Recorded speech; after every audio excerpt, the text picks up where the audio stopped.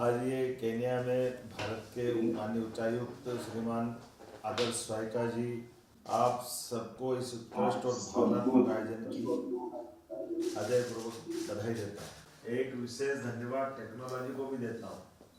हम और आप 5000 किलोमीटर दूर बैठे हैं, लेकिन ऐसा लगा कि मैं आपके पास बैठा और आप मेरे को देख रहे हो, मैं आपसे बात कर रहा हूँ। जोरदार बदलते दौर के इस बदलते समय के लिए टेक्नोलॉजी ने दूरियां मिटा दी। एक क्लिक ने किलोमीटर की दूरी घटा करके हमारी आपकी मुलाकात कर दी। इससे अच्छा समय कौन सा आएगा।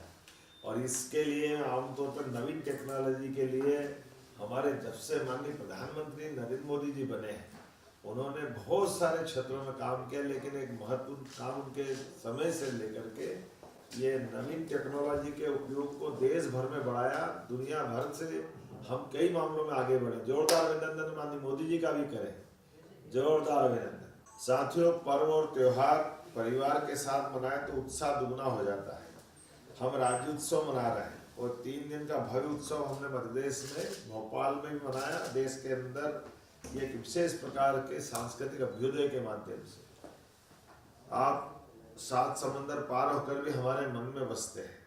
देश से दूर होकर भी संस्कृति और परंपराओं का आप प्रचार कर रहे हैं। सच्चे अर्थों में आप मध्य प्रदेश के और पुराने छत्तीसगढ़ से मिलाकर मध्य प्रदेश के हमारे एम्बेसडर भी आप ही। आप सबको बधाई देना चाहता हूँ, आपका अभिनंदन करता हूँ। आपको देख के आनंद भी आता है और गौरव और परंपरा का प्रतीक केन्या और मध्य प्रदेश का रिश्ता।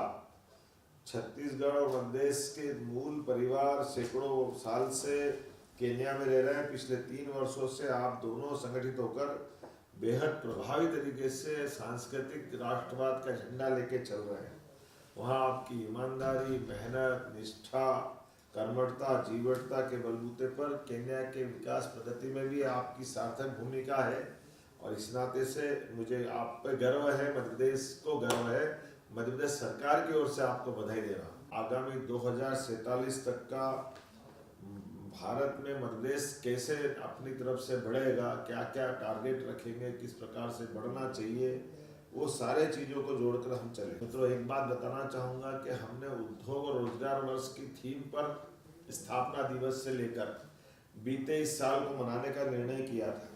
और देश विदेश के निवेशकों की जिस प्रकार से मध्य प्रदेश में रुचि बढ़ी है, मध्य प्रदेश एक अलग प्रकार से अलग दौर में पहुंचा है।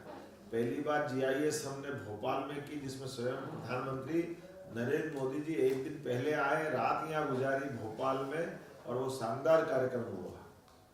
आपको जान के खुशी होगी कि 30 लाख करोड़ के निवेश के प्रस्ताव हमारे बीच में इस माध्यम से आए थे। जोरदार बधाई देना चाहता हूँ आपको इस कारण से, जिसमें 4 लाख से ज्यादा लोगों को रोजगार मिलेगा। और ये मान के चलो कि 6 लाख के आसपास के तो हमारे विभिन्न प्रकार के भूमि पूजन लोकार्पण होते हुए उन प्रस्तावों को अमली जामा करा दिया है।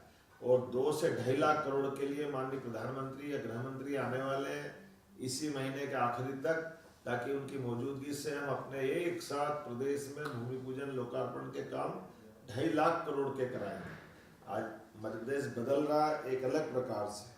पिछले बीते 2 वर्षों की आपको भी जानकारी मिल रही होगी। हमारे यहाँ पर व्यापार व्यवसाय को बढ़ाने की, सरलता से कामकाज करने की बहुत सारी पॉलिसियाँ हैं। आप वहाँ भी अपना काम कर सकते हैं और हमारे कामों से भी जोड़ सकते हैं। 100 करोड़ की अगर आप होटल डालते हैं टूरिज्म सेक्टर में, तो 30 करोड़ का आपको अनुदान सरकार की ओर से मिलेगा।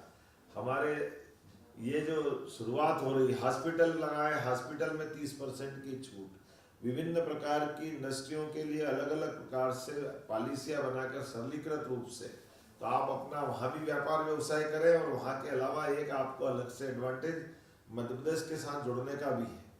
सबसे तेज गति से मेडिकल कॉलेज खोलने के लिए भी हमारा मध्य प्रदेश आगे बढ़ रहा है। मैं medical college, Ayurvedic medical college से लगा करके सभी हॉस्पिटल, एजुकेशन के अंदर भी उसी गति से हम बढ़ रहे हैं।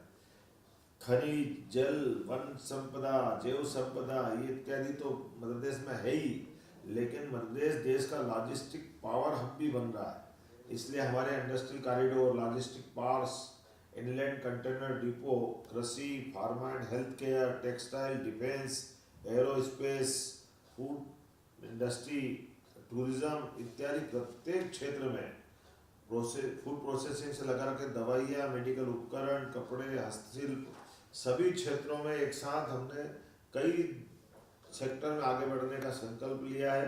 मध्य प्रदेश एक अलग दौर में पहुंच रहा है।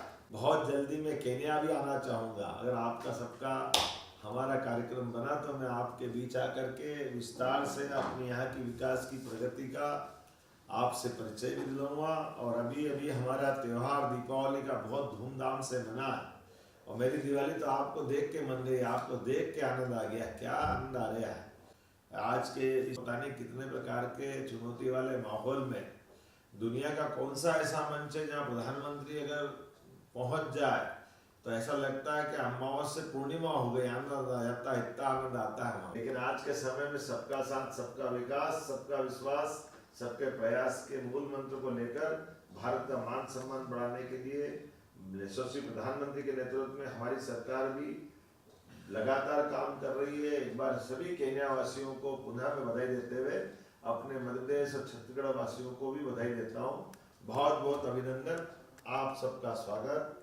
भारत माता की जय।